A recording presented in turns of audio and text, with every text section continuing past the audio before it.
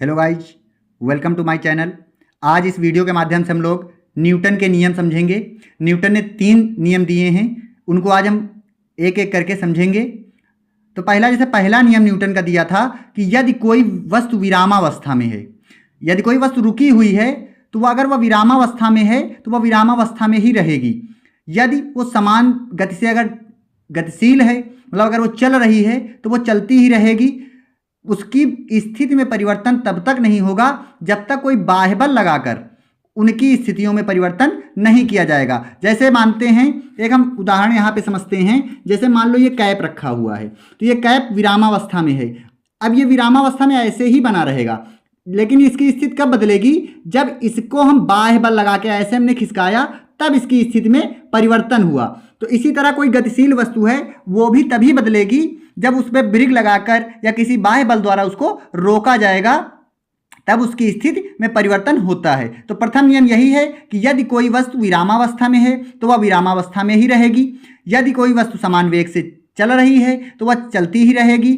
तब तक उसके अवस्था में परिवर्तन नहीं होगा जब तक कोई बाह्य बल लगाकर उसको रोका या चलाया नहीं जाएगा। इसे जड़त्व का नियम भी कहते हैं। न्यूटन का यही प्रथम नियम है। अब जैसे दूसरा नियम इसका है, दूसरा नियम न्यूटन का क्या था कि किसी वस्तु पर लगाया गया बल, बल मतलब F, किसी वस्तु पर लगाया गया बल, उसके द्रव्यमान m तथा वस्तु में बल की दिशा में उत्पन्न त्वरण, बल की दिशा में जो उत्पन्न त्वरण होगा a, उनके गुणनफल के अनुकरणपाती होता है। उनके गुणनफल के अनुकरणपाती होता है। गलती से लिखने में छूट गया था, त्वरण के गुणनफल के अनुकरणपाती होता है। तो F प्रोपोर्शनल होता है ma। m क्या है? द्रव्यमान है। a क्या है? त्वरण है।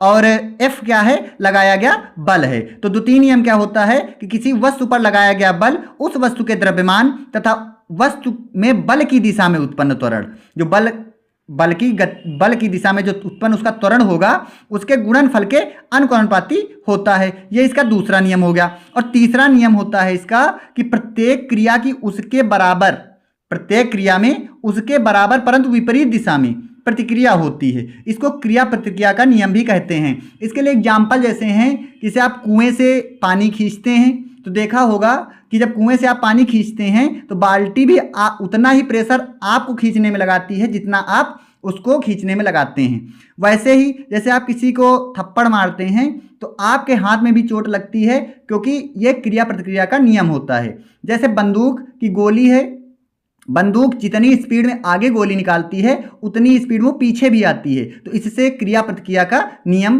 के अंतर्गत ये उदाहरण आते हैं। जैसे कुएं से पानी निकालना, थप्पड़ किसी को मारना, बंदूक से गोली निकलना, ये सब क्रिया प्रतिक्रिया के नियम है। प्रत्येक क्रिया में उसके बराबर परंतु विपरीत दिशा में। देखा होगा भाई, बंदूक में आपने आगे की तरफ गया और वो बैक में मारता है, तो विपरीत दिशा में जो क्रिया होती है उसी को क्रिया प्रतिक्रिया का नियम कहते हैं। अब आगे हम संवेग समझेंगे।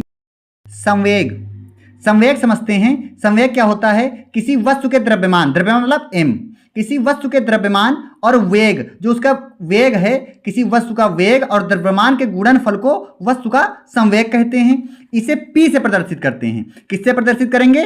P से प्रदर्शित करते हैं। P बराबर होता है mv। m क्या है? द्रव्यमान है। v क्या है? वेग है। तो संवेग क्या होता है? द्रव्यमान और वेग के गुणनफल को संवेग कहते हैं। एकदम एक लाइन में आप याद कर सकते हैं कि वेग और द्रव्यमान के गुणनफल को, द्रव्यमान मतलब भार के गुणनफल को संवेग कहते हैं। संवेग का मात्रक क्या होता है? तो मात्रक कैसे निकाला जाता है? द्रव्यमान का मात्रक क्या होता है? किग्रा होता है। और वेग का मात्रक क्या होता है? मीटर प्रति सेकंड होता है। तो संवेग का मात्रक क्या हो गया? किग्रा मीटर प्रति सेकंड। याद रखना है, किग्रा मीटर प्रति सेकंड। इसे न्यूटन सेकंड भी लिख सकते हैं। इसे न्यूटन सेकंड भी लिख सकते हैं। यह एक सदिश राशि है। सदिश राशि क्या होती है? सदिश राशियां वे राशियां होती हैं जिनको व्यक्त करने के लिए, सदिश राशि क्या होती है? सदिश राशि वे राशियां जिन्हें व्यक्त करने के लिए परिमाण और दिशा दोनों की आवश्यकता होती है। वे राशियां जिन्हें व्यक्त करने के लिए परिमाण और दिशा दोनों की आवश्यकता होती है, वे सदिश राशियां कहलाती हैं। तो जो संवेग है वो संवेग क्या है? एक सदिश राशि है। इसमें परिमाण और दिशा, इसको व्यक्त करने के लिए दोनों की जरूरत होती है। अच्छा, एक चीज और इसमें क्वेश्चन बनता है कि संवेग की दिशा क्या होगी? तो संवेग की दिशा वही होती है जो वेग की दिशा होगी, जो वेग कार्यरत उसमें होगा उसकी जो दिशा होगी वही दिशा संवेग की भी होती है। अब अगला टॉपिक देखते हैं। अगला टॉपिक है जैसे जड़त्व। जड़त्व क्या होता है?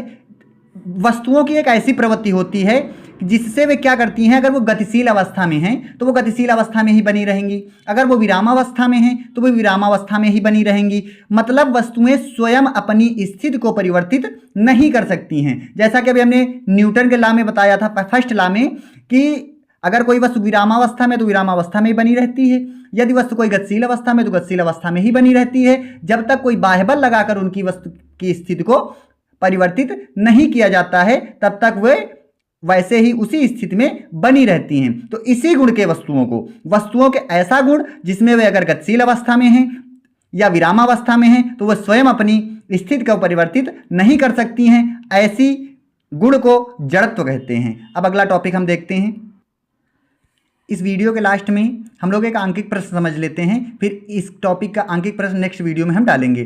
जैसे सवाल लिखा हुआ है कि 0.5 किग्रा का एक ठोस मेज पर रखा हुआ है। कोई वस्तु है, ठोस चीज, वो मेज पर रखी हुई है। बताइए उस पर कितना बल लगाया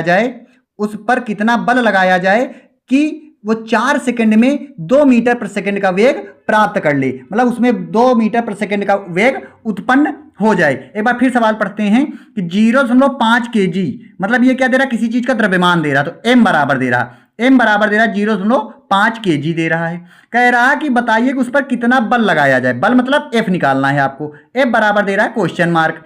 कह रहा कि 4 सेकंड में, T बराबर 4 सेकंड। अच्छा एक चीज ध्यान दीजिए, कह रहा कि 0.5 किग्रा का एक ठोस मेज पर रखा हुआ है। अच्छा जब रखा हुआ है तो उसमें किसी प्रकार की कोई गति नहीं है, तो उसकी प्रारंभिक चाल कितनी हो जाएगी, U बराबर 0 हो जाएगी। और वो कितने का वेग उत्पन्न कर लेता है, 2 मीटर प्रति सेकंड का वेग उत्पन्न कर लेता है। मतलब उसकी अंतिम चाल क्या हो जाएगी, V बराबर 2 मीटर प्रति सेकंड हो जाएगी। तो हमने पीछे वीडियो में पढ़ा है त्वरण का सूत्र A बराबर V minus U upon T, A बराबर V माइनस U अपान T हमने पढ़ा है। और अभी हमने F बराबर क्या पढ़ा, MA। F बराबर MA द्रव्यमान और त्वरण, F बराबर MA। तो यहाँ से हम क्या करते हैं कि F बराबर MA की वैल्यू यही रख देते हैं V माइनस U अपान T। तो क्या करेंगे, F बराबर M का मान दे रहा है 0.5, ब्रैकेट लगा दिया। V का मान कितना दे रहा है, 2 दे रहा है, और अंतिम प्रारंभिक वेग इसका 0 दे रहा है, बटे 4 सेकंड में कर दिया। इसका कैलकुलेशन कर लेते हैं। यहाँ पे 2 में 0 घटाया 2/4 आ गया, यहाँ से दशमलव हटाया, 5 से दशमलव हटा दिया, नीचे 0 बढ़ा दिया, 5 से 40 को काट दिया, 45 आ गया। अब यहाँ पे क्या हुआ, F बराबर आ गया 2/8। अब 8 से इसको हम डिवाइड कर देते हैं। 8 से जब डिवाइड किया, दशमलव लगाया, 0 बढ़ा दिया, 2 बार लेके चले गए, 2 8 16, 4 बच गया। अब यहाँ से दशमलव लगाया, 0 बढ़ा लेंगे, 8.40 पूरा कट गया। तो इसमें बल कितना लगा, 0.25 न्यूटन का इसमें बल लगेगा। तो इस आंकिक प्रश्न को आप ध्यान से देखिए। इसके आगे के टॉपिक हम कल नेक्स्ट वीडियो में समझेंगे। धन्यवाद। चैनल को सब्सक्राइब करें, बेल आइकन को दबाना मत भूलिए।